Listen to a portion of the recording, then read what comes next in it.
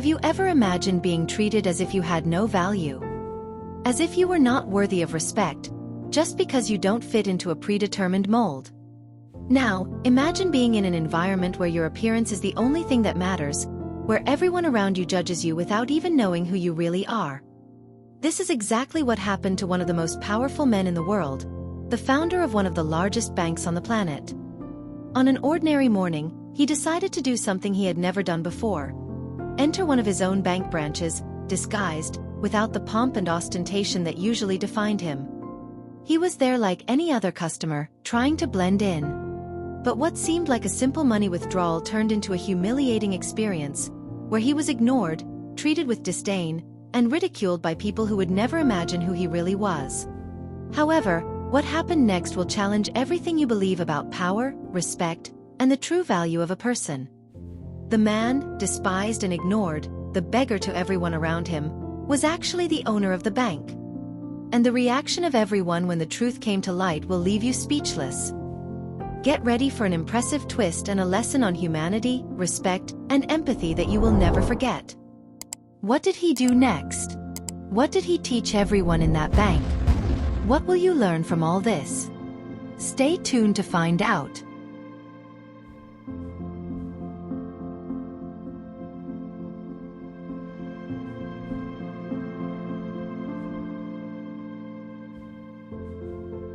Antonio Marquez was a man who had everything: money, power, and a vast banking empire. Even so, he felt he was losing something essential.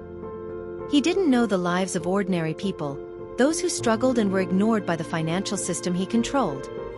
In a moment of curiosity and reflection, he decided to disguise himself and visit one of his own branches, away from the spotlight and the pomp of his position. The morning was cold, and New York traffic was more intense than usual. Antonio wore simple clothes: jeans, a dark t-shirt, and a worn-out jacket. He decided not to draw attention to himself. When he entered the bank branch, he went unnoticed by the other customers, who were engrossed in their phones or waiting in line at the ATM. However, he noticed some suspicious glances from a few people. He knew something was about to happen. He stood in line, waiting his turn to use the ATM. He was there, almost anonymously, to withdraw a small amount. Something simple, but enough to live a day among them. He wanted to understand what went through the minds of those who used his bank services. For a moment, he imagined how it would feel to be treated equally, without being recognized as the owner of the institution. But he wasn't prepared for what would come next. The line didn't seem long, but the tension Antonio felt was palpable. He was completely out of his element. The sound of the keys being pressed on the ATM made him reflect on how mechanical and impersonal everything had become. There was something unsettling about the simplicity of those interactions, as if a person's worth was determined by their bank account rather than who they really were. With every step in the line, he felt the tension grow. Finally, it was his turn. He approached the ATM, but before he could insert his card, the teller, Marcella, looked at him with a certain disdain.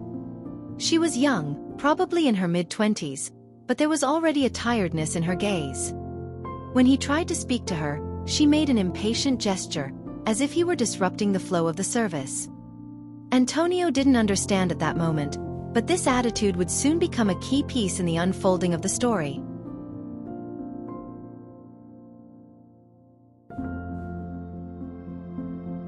Marcella seemed rushed, with the line growing and several impatient customers. Antonio, though trying to be polite, felt unwelcome there. The young teller, barely sparing him a glance, urged him to hurry up with the process. He tried to understand why the situation felt so tense, but all he could perceive was the discomfort his presence caused. He was just another customer, but something about this interaction deeply bothered him. As he entered his PIN into the ATM, he noticed Marcella's gaze constantly shifting to the other customers. An impeccably dressed gentleman stood right behind him, and the way she looked at him with immediate respect contrasted sharply with how she treated Antonio. He knew what was happening. He was invisible, but not by choice. It was his appearance that made everyone around him see him as someone of lesser value. A heavy feeling settled in his stomach, an uncomfortable sensation of being an outsider in his own bank. Antonio tried to take a deep breath and ignore what was happening. He thought he had control of the situation, or at least he believed he did. But the discomfort became unbearable. He observed the other customers around him, the pregnant woman, the young man with the broken phone, the worn-out-looking man. They all seemed so distant from him, yet so alike. But what really made him reflect was Marcella's arrogant attitude, treating everyone with coldness, except for those who seemed important. He quickly completed the transaction, but as he tried to leave, Marcella interrupted him. "Sir, you need to hurry, the ATM is locked for you," she said in a sharp tone, as if telling a beggar to leave her space. Antonio didn't respond, but the shock was great. There he was, standing in front of his own creation, being treated like any other person, with no recognition of his position. The disdain was palpable, and he stood frozen for a moment, trying to understand what had gone wrong. As he moved away from the machine, he felt the stares of the other customers.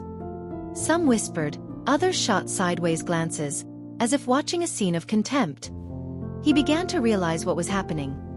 He, the founder of the bank, was being treated with the same disregard that any low-income person would receive. He was no longer a magnate. He was just another face in the crowd. A slight pain rose in his chest, an inexplicable feeling of shame. But he knew the lesson was being taught right there. He could no longer ignore it.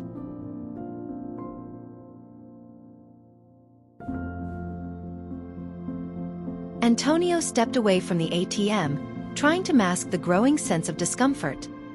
He knew he was being treated unfairly, but he wasn't prepared for how the situation would unfold.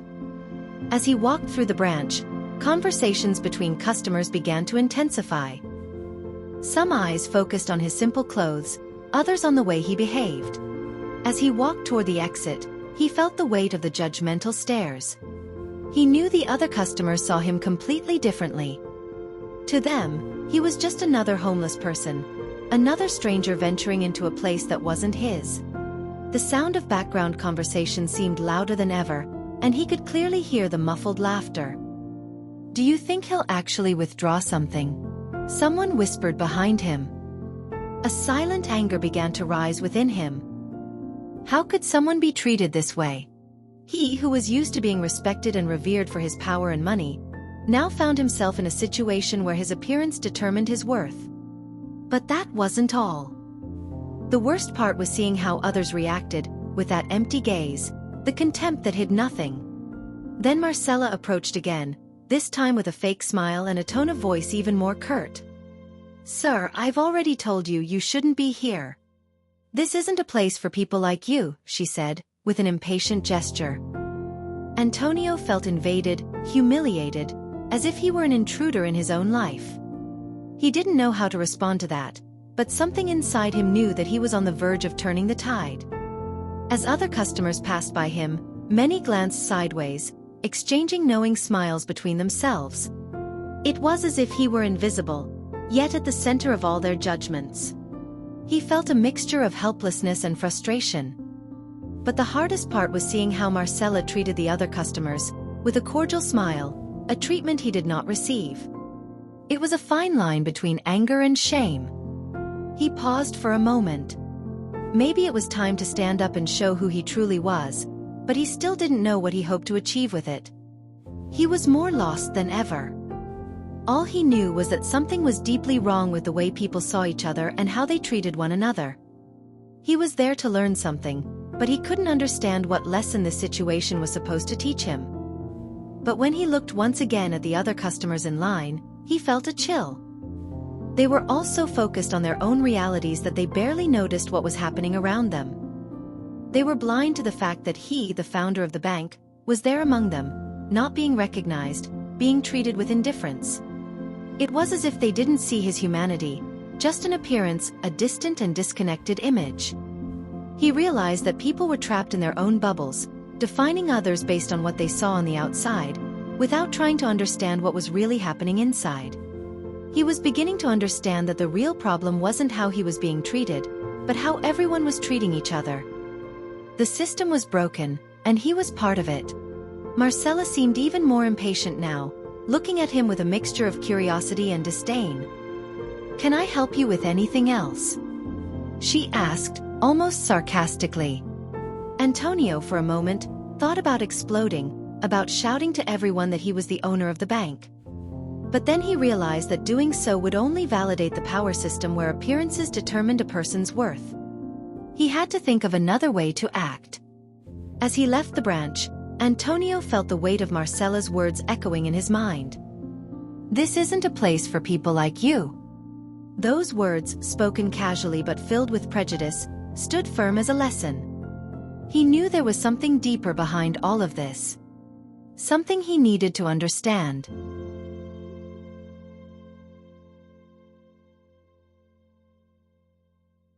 Antonio could no longer bear the silence.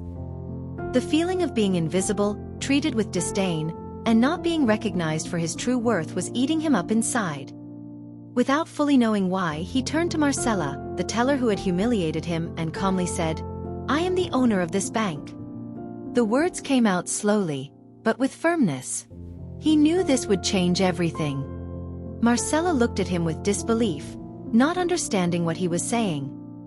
At first, she thought it was just another joke. But as she looked into his face, she saw there was no irony, no sarcasm. There was only the truth. She blinked several times, unable to believe it, but soon the atmosphere around them grew silent. The line that had once been filled with murmurs and laughter fell quiet, and all eyes turned to Antonio. The security guard, who had been distracted until now, also stopped in his tracks, paying attention to what was happening. Marcella, now not knowing what to do, mumbled something incoherent. "You. You can't be. You're joking, aren't you?" Antonio simply looked into her eyes, with no expression of anger or frustration, just a disturbing calmness. He didn't want to show his anger, didn't want to create a scene, but he knew this moment was crucial. The branch manager was called urgently.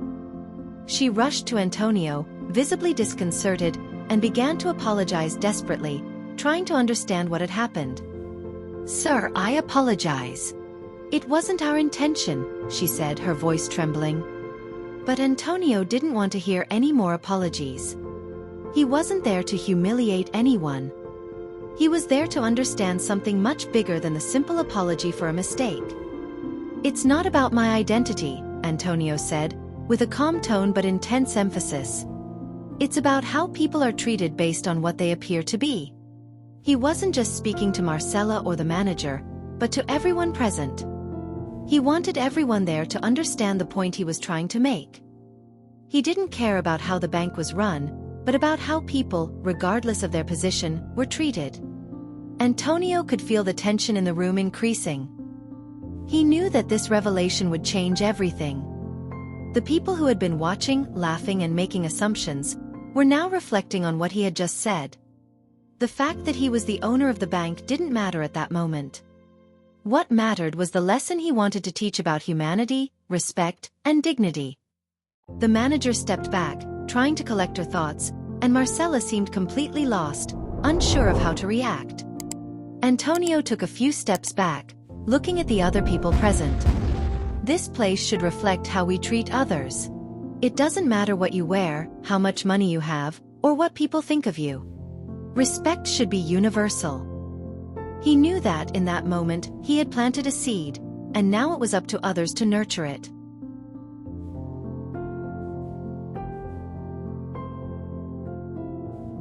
The silence in the bank was profound.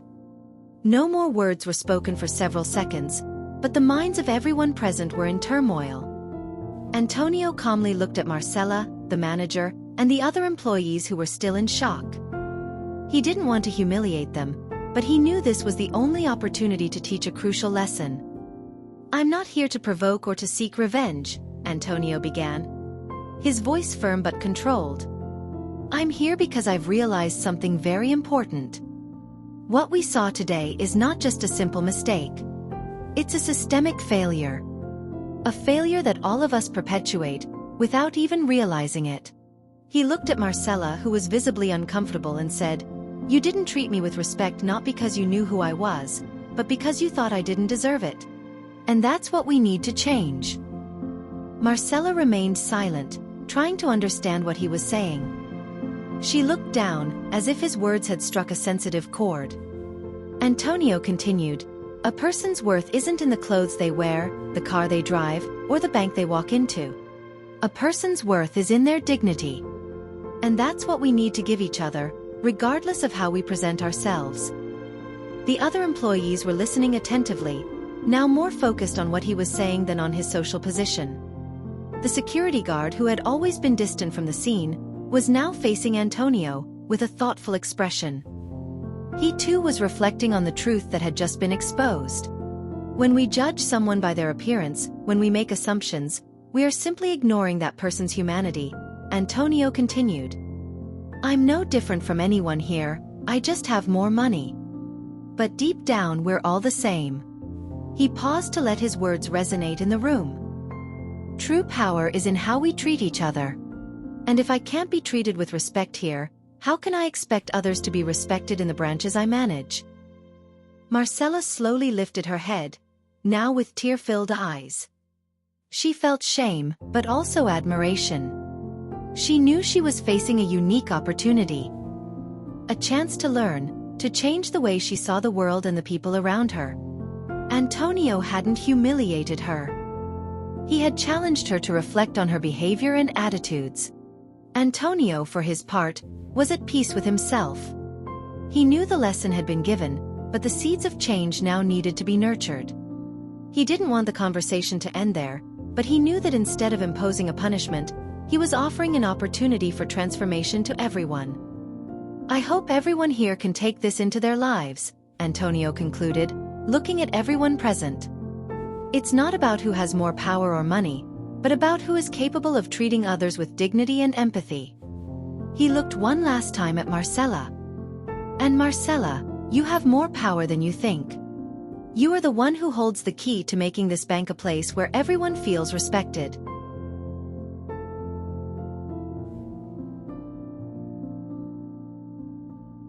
Antonio walked away slowly, feeling a slight sense of relief but also an inner restlessness.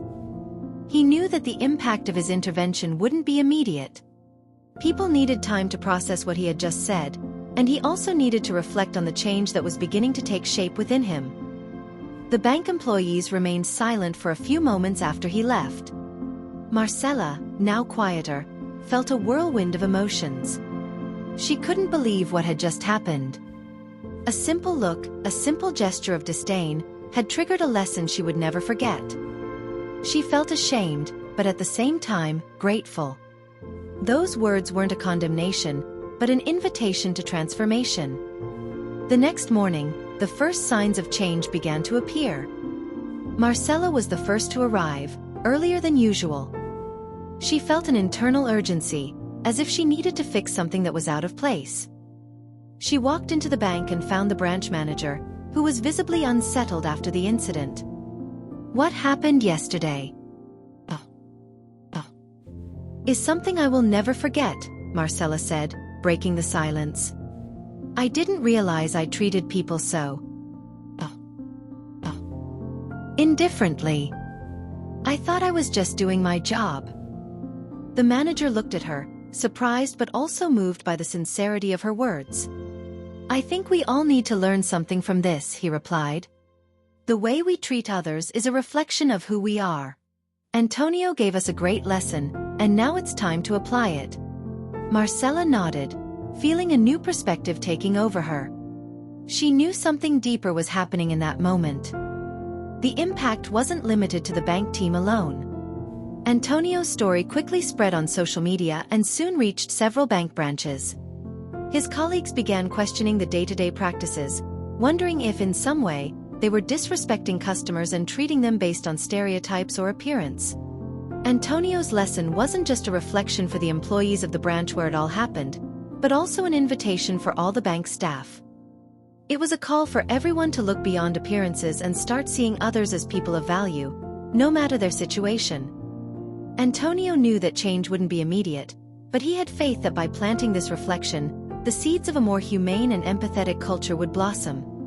The real challenge now was to see how this would unfold within the bank itself, where competition, ambition, and haste often overshadowed the most important value, respect.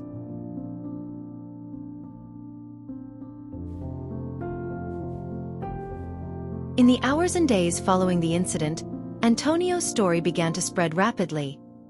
The atmosphere at the bank branch was different. There was a new air, no longer the rushed and impersonal environment that once dominated the branch, but something more human and respectful. However, the real impact of it went beyond the small branch where everything began. The story of a billionaire who disguised himself as a simple customer and was treated with disdain, only to reveal his true identity and give a lesson in humanity, quickly took over social media. In a few days, videos and posts about the incident were being shared all over the internet. Articles in newspapers and blogs began questioning social prejudices, especially those based on status and appearance.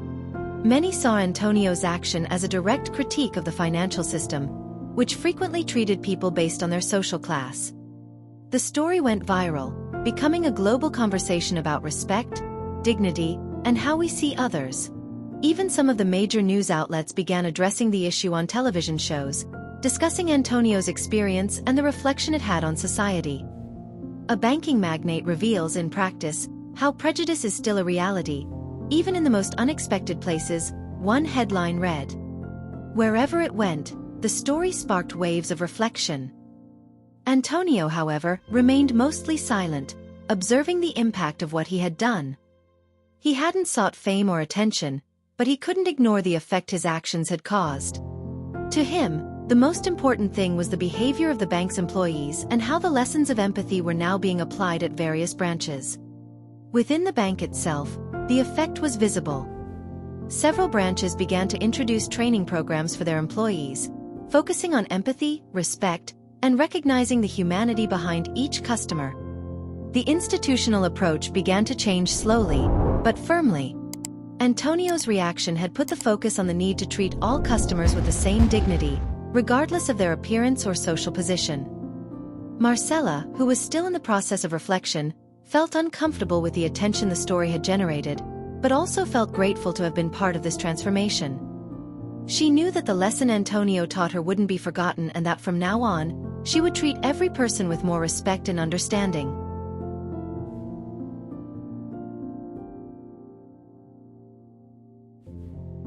In the days following the release of the story, the atmosphere inside the bank changed profoundly. The staff, once indifferent and even rude to the customers, was now more attentive and empathetic. Marcella was one of the first to change her behavior, offering a more genuine smile and a real desire to listen to customers before making any judgments. She began to notice the small actions that had previously gone unnoticed, how a simple friendly look could make all the difference in a customer's experience. The branch manager, who had also witnessed the incident, felt he now had a tremendous responsibility on his hands. He gathered the team and discussed the importance of not only accepting the changes but fully embracing them with their hearts. The bank had become more than just a financial institution. It was now a reflection of the attitudes and values of its employees. However, the change didn't stop within the internal environment of the branch. Antonio, upon noticing the transformation within his own organization, decided that merely having occasional training or small adjustments in customer service wasn't enough. He wanted the bank to be a market leader, not only in finance but also in social and human practices. He initiated a series of internal reforms, including programs that encouraged respect, inclusion, and empathy among both customers and employees. The training was no longer limited to banking techniques but also included ethical and emotional values that should be applied to every interaction at the bank. Marcella, now more confident and empathetic, became a role model within the branch. She became involved in various internal projects, helping to create a more inclusive and human organizational culture. Her experience with Antonio not only made her reflect on her own attitude, but also inspired her to become an active advocate for respect and dignity in the workplace.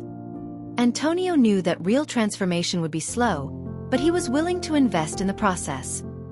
He began visiting other branches, observing employee behavior, and ensuring everyone was adhering to the bank's new philosophy. He wanted to be more than a billionaire, He wanted to be an agent of change. He felt that now he had found something more important than money or status: the impact he could have on the lives of the people around him. Over time, the bank began to be recognized not only for its financial results but also for the social changes it was promoting. Customers started praising the new approach, and employees themselves began to feel proud of being part of an institution that treated them with as much respect as the clients. Antonio realized that by challenging his own beliefs about power and status, he had achieved something far more significant: a real change in the way people saw and treated each other.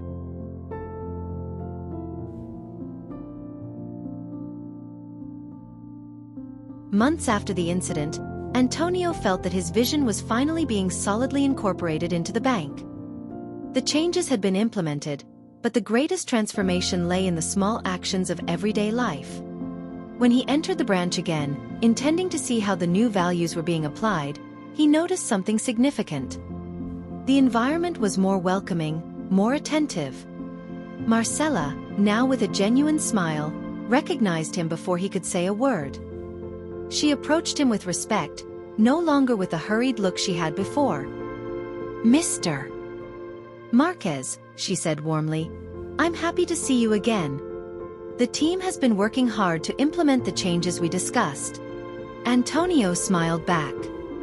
He already knew something was different in the atmosphere of the place. He observed the interactions around him.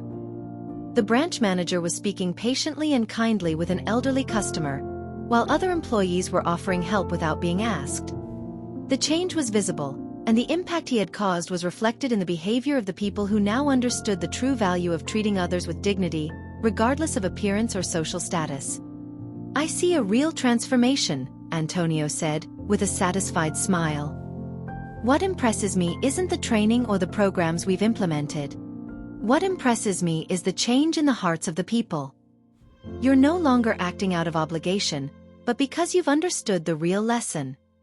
He sat down to talk with the team, which now felt more confident and motivated to apply these values in their own lives. Antonio's story spread even further over time. The bank was no longer just a successful financial institution, but an example of how respect and empathy could be applied even in the business world. Antonio hadn't sought recognition, but as he reflected on everything that had happened, he knew that his action had become a legacy. He wouldn't be remembered just as a billionaire, but as someone who had truly made a difference in people's lives. The bank began to receive awards and recognition, not only for its financial strength but also for its human approach. The changes Antonio had initiated were reverberating, inspiring other companies to adopt more inclusive and empathetic practices. He felt grateful for having made the decision to visit the branch disguised.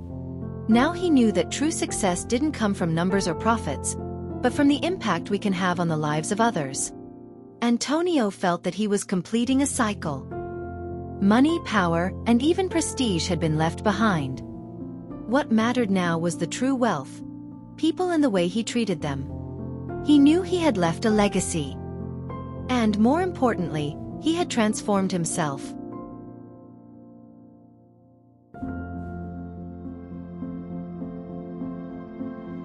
Over time, Antonio's bank continued to prosper.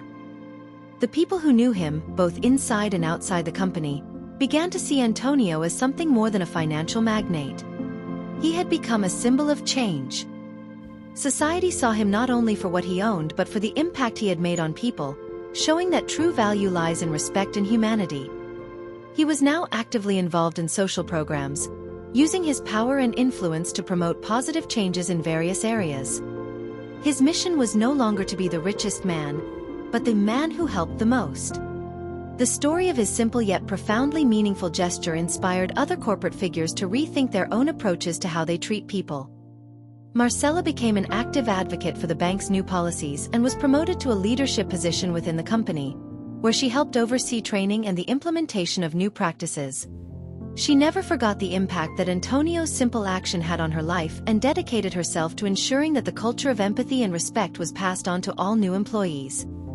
That afternoon, Antonio sat in his office, looking out the window and reflecting on his journey. He knew that although it had been a personal and uncomfortable experience, it had been crucial to his own transformation. He could no longer afford to live in a bubble of status and privilege. He needed to be more connected to the reality of people, and that connection was what truly made him grow. Antonio knew that true power wasn't in owning a bank. True power came from influencing lives, from creating a genuine and lasting impact on people. And now, he understood that every decision he made should be guided by that understanding. The journey was still far from over, but now he knew where he was going. And that, to him, was enough. So, what did you think of this story? Incredible, right? Sometimes, the greatest lessons come from the most unexpected places, and what this man taught all of us about respect, humility, and power is something we can never forget. If you were also moved by this twist, share this video with your friends and show them how a simple act can change everything. Don't forget to hit the like button to show that you also believe in the power of respect, and leave a comment telling us what you learned from this story. Want to see more inspiring stories like this? Then subscribe to the channel and activate the bell so you don't miss any videos. We're just getting started sharing stories that will touch your heart and change your perspective. See you in the next video, where more life lessons and impactful moments will be waiting for you. Until then, keep spreading respect and empathy wherever you go.